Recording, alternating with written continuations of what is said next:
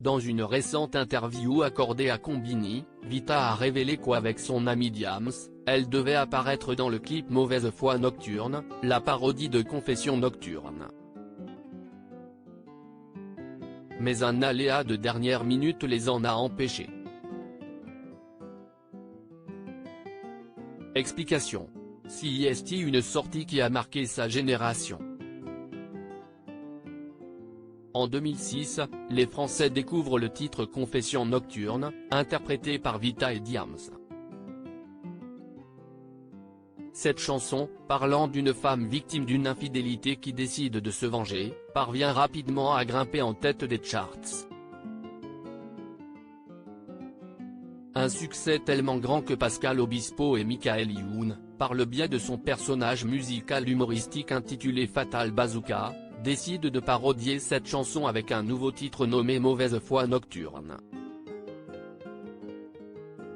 Encore une fois, le succès est là. À tel point que la chanson parvient à être certifiée disque d'or en France et en Belgique. Ce qui a un brin agacé Vita. Elle m'a dit, ça a été un peu relou quand même.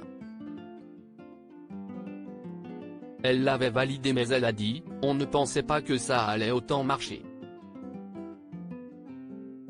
Si on avait su, on t'aurait dit ne la sors pas, a confié Michael Youn dans une interview accordée à Combini.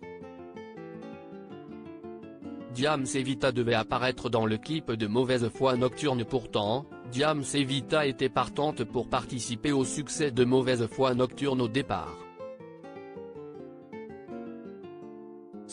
À tel point qu'elle devait, initialement, figurer dans le clip vidéo. CIST, du moins ce qu'a révélé la chanteuse dans une interview accordée à nos confrères.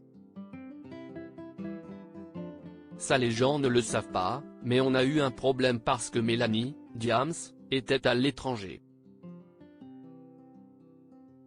On avait prévu une scène, je trouvais ça génial, où eux sont en voiture avec Pascal, et on devait arriver, avec moi en larmes dans la voiture. Je trouvais ça énorme.